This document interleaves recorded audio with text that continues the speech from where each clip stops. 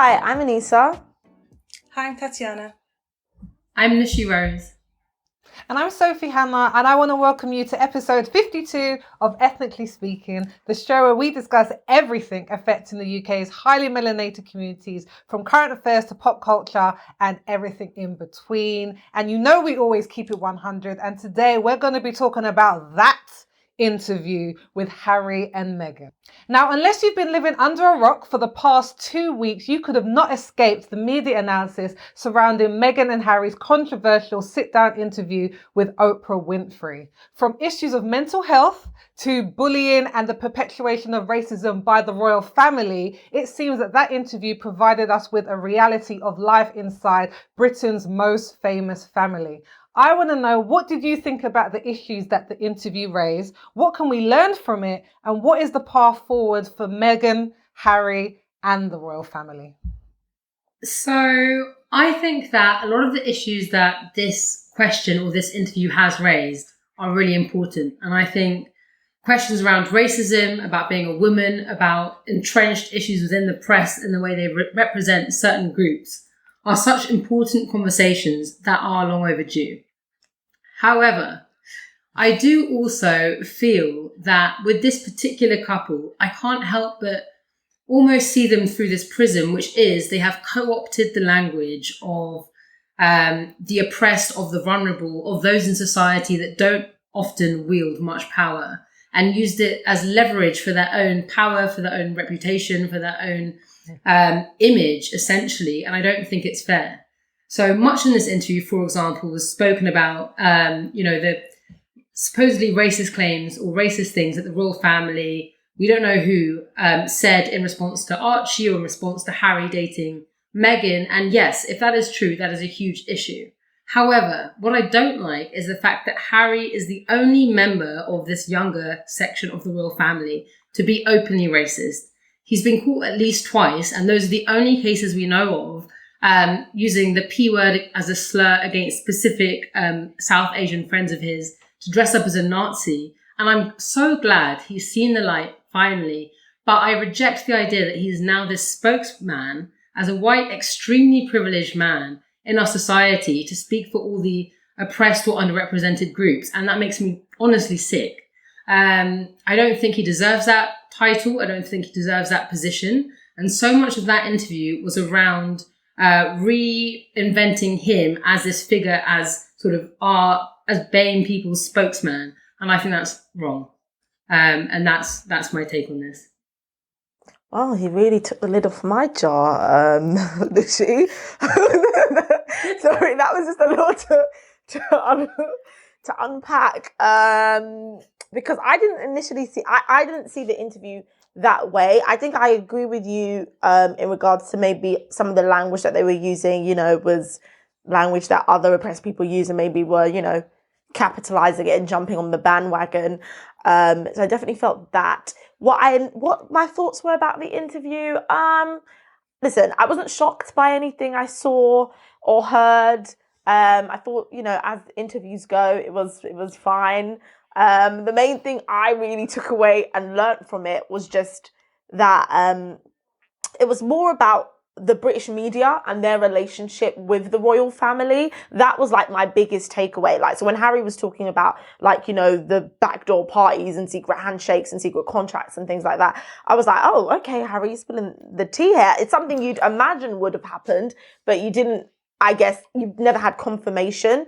And then it also kind of confuses you because it's like, okay, so if they're quite friendly with the press, then how have they allowed the press, not just, I guess, to attack Meghan and Harry, but, to attack Diana and even, Sarah Ferguson at one point.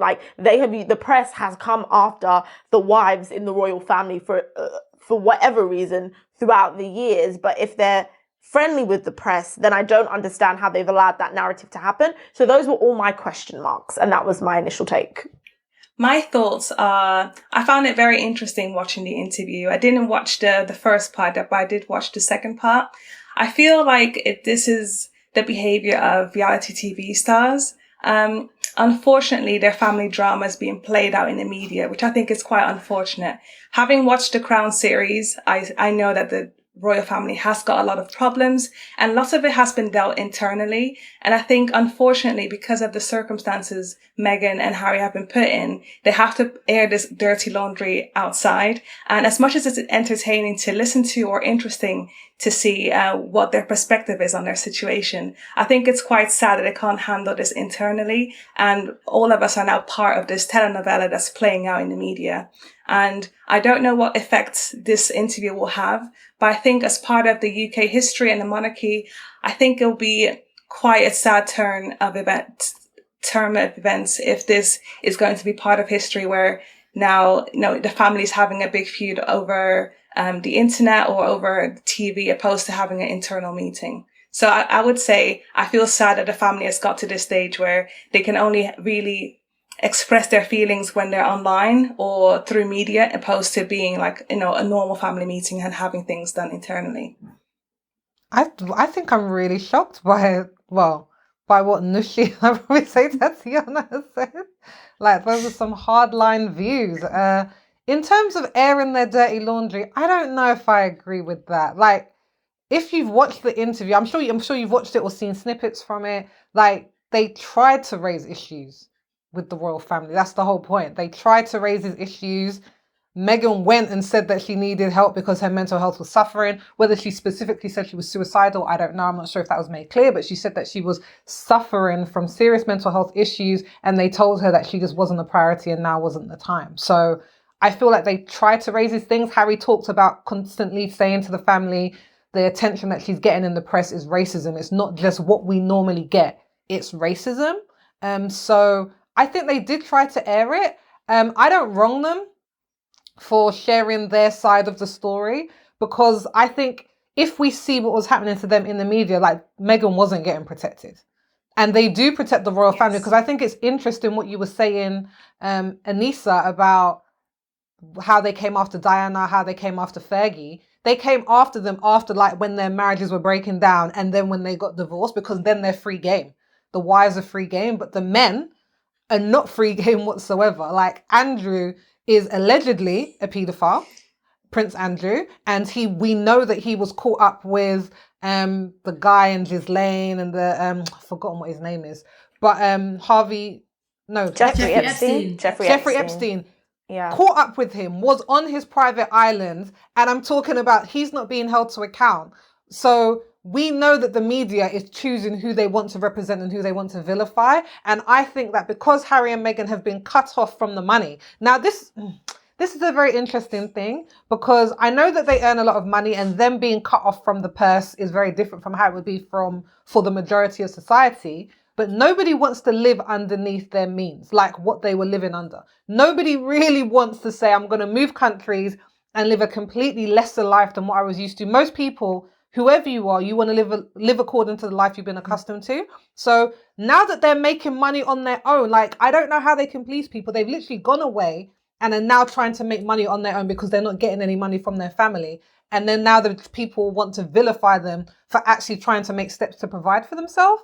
I feel like they can't win. And I personally don't think that Harry is trying to be a spokesperson for Black people. I don't think he said that. I don't feel that way, but this is an opinion show, ladies. So I still do feel that way, but even coming back to the money issue, like, one of his bugbears in that entire conversation was that as an almost 40-year-old man, his father had stopped paying for his lifestyle. And that, to me, I was just honestly shocked. And then he said, I've had to live off my mother's inheritance. His mother was one of the wealthiest people in this country, from one of the most, strongest aristocratic families that exists, which is why his mother married the future king. And I just feel like this is detachment from reality when they speak about their supposed hardships and so on and so on. And as I say, I think the press stuff is completely different. I agree with that. But when they talk about their own lives, it just, honestly, it's so detached from the people they're almost claiming to represent. And like Sophie, you're right. He didn't outright say, I'm now the spokesman for all people. However, what he did say, he made comments about, he's now seen the light. He stopped being trapped. He wants to make people aware of systemic issues. I can't remember exactly what it was he said, but he alluded to these things in a way which suggested, and so maybe it was just my take on it, but my take on it was that he was in some way trying to be this person that freed the royal family from their prejudice and sort of created this mass of people who in a way saw him as this woke, very sort of understanding and finally, unrestricted person who was aware of actual issues taking place. And yet he would say things like about this inheritance, which made it clear he was still so far removed from the people he's now trying to speak for. I think that's really tough. Sorry, go ahead, Anissa. Yeah, I was going to say, listen, it's very apparent on the show, I am not going to be the first person to advocate for a man that doesn't particularly have any money. I am not. That is just not me, and I never have, specifically on this show. But I understood the finance thing. I really did. And I don't even think it's specifically like Charles was paying him. I think it's just the royal family. Like, in my mind, I don't even think Prince Harry has a bank account or had a bank account. Like, he doesn't have a debit card in which he was shopping and going down to Sainsbury's. I feel like these things, I think the royal family, the way it's set up, is a different reality. So when you guys were speaking about, like, he's not with reality, of course he's not with reality. He has lived a completely different life, and it's been set up so completely different to ways we would never imagine. So I think for him, although he is almost 40, it's like learning to walk for the first time. Like, everything is brand spanking new for him. And so it was like, well, of course I'd always get paid because I'm the prince. So of course the royal family, we'd always get what we earn. Not that all of a sudden I'm cut off. I mean, that would be a shock to me if I was a princess and then all of a sudden it's been cut off. And thankfully, of course, he has Diana's money. And although, come on, like, Diana's money wasn't £60.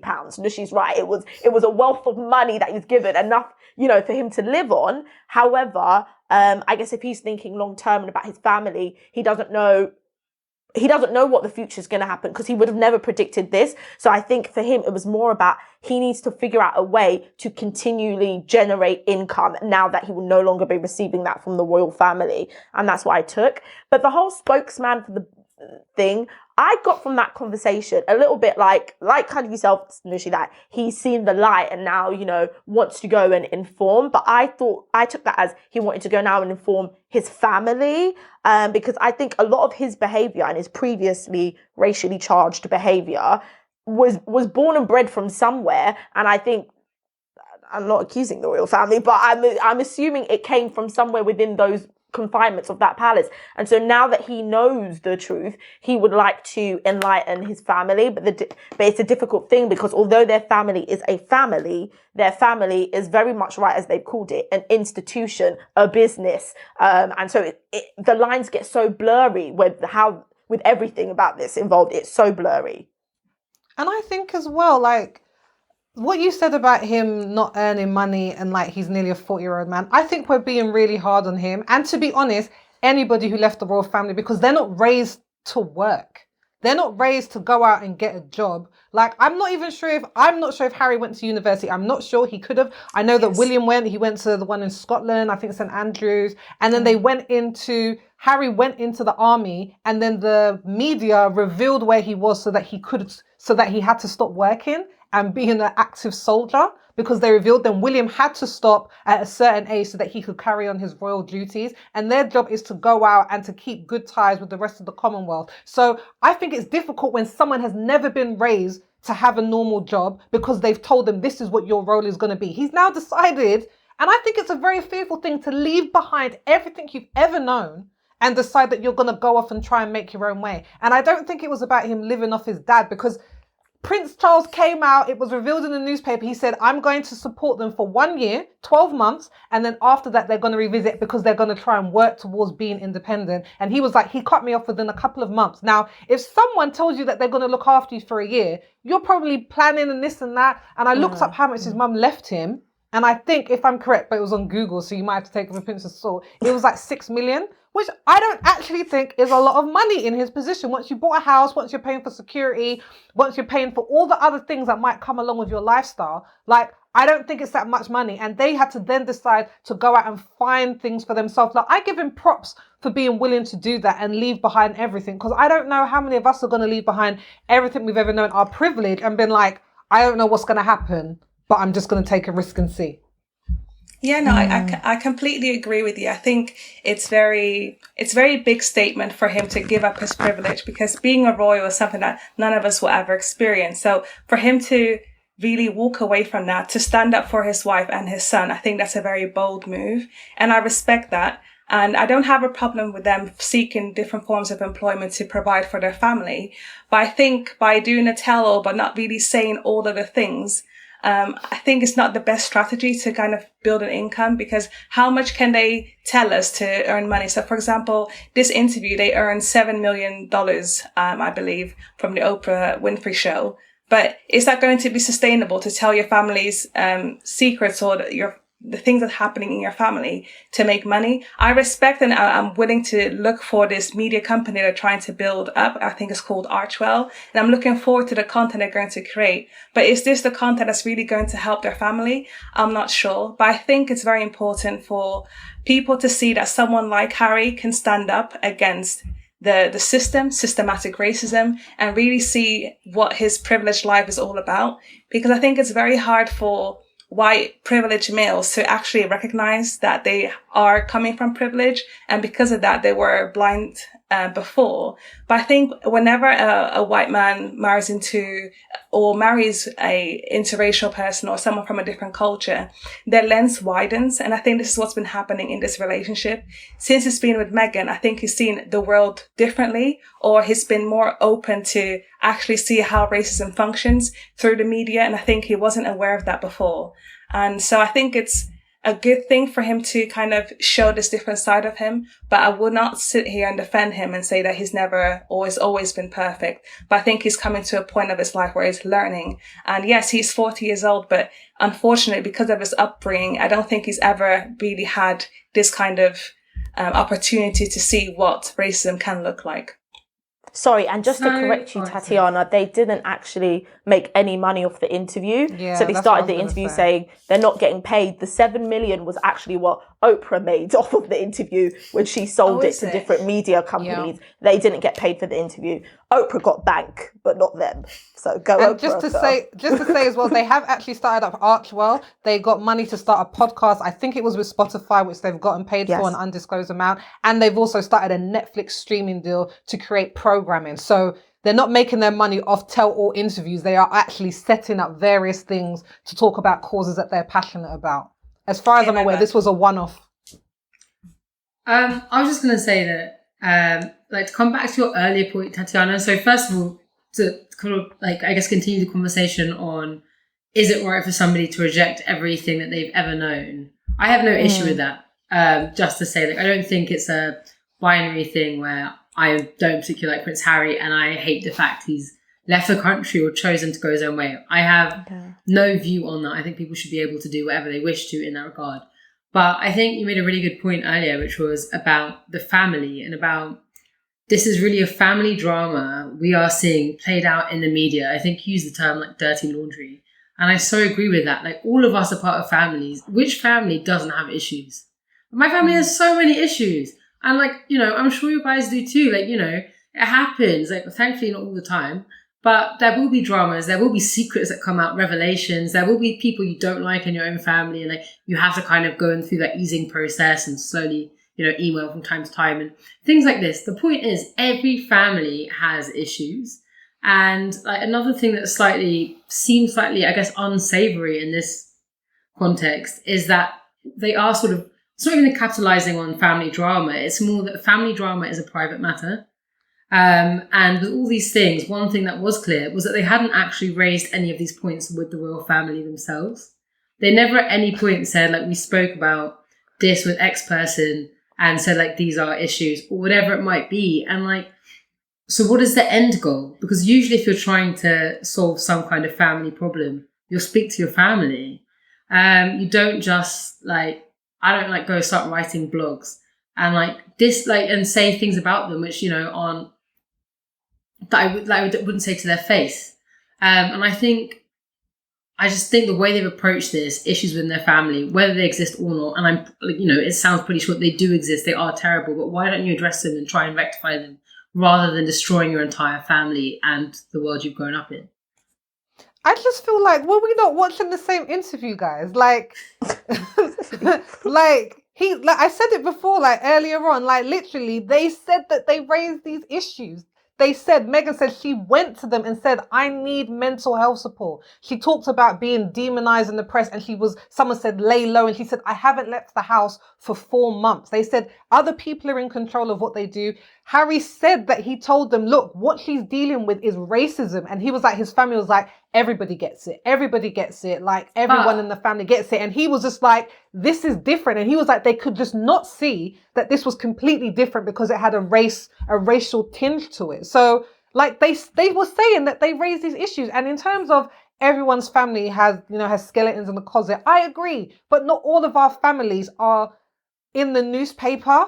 And if all of our families was seen as nice and kind in the media, and just us specifically, each one of us individually was the one who was vilified over and over and over again. I think the first year after they got married, Meghan was the number one Googled thing in the entire country because the amount of press that was being propagated by the media. Now, if you're in that position and your family has allowed you to become the bad person basically and to deal with all of this and has refused to step in, which they said they had the power to step in, but they didn't because they step in for other people, and then you go off. For me, I'm just like, I have a right to tell my story. I have a right to say, this was what was going on, this was the case. Like, let's start from an even playing field, because I can't carry around this X on my back for all these random stories that are all untrue, but are now being used to talk about my character and who I am. So I don't even know if we can supplant ourselves into their situation and say we deal with our family issues behind closed doors.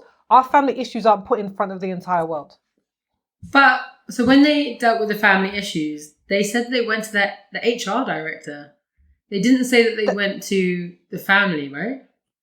So they said a few different things. Yeah, they said like Harry was talking about having conversations with his brother and his dad. They said a HR director. They said firm. They said other different members in the family. But these are all for all different issues, I presume, was what I heard. And I think as well, when you say HR, because I know that you, Tatiana, you say you was the crown.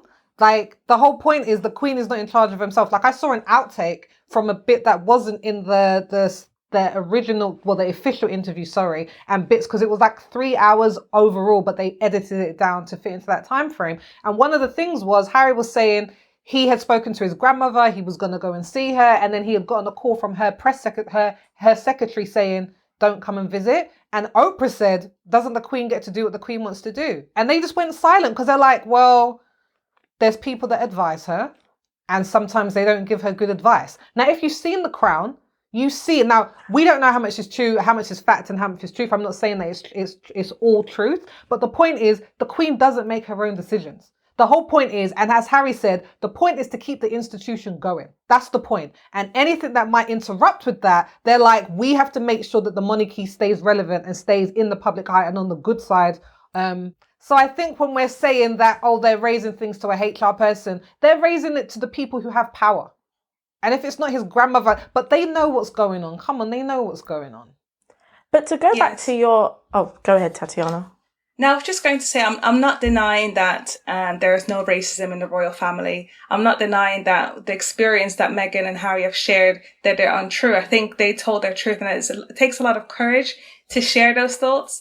So I'm not removing anything from their story that they've shared with the world. However, I wish this could have been dealt with internally, because ultimately, like, their son will have to grow up and watch this on TV. It's just a lot of damage has been done. And I think although there's a difference between the institution and the family, I think if you're going to say someone called were questioning my son's skin color or my children's skin color, I would have preferred for them to share who it is, because now they've left a lot of questions with a lot of people. So if you're going to share everything, I think share everything, because now we have parts of information and we're all speculating who this person is who mentioned about Archie's skin color.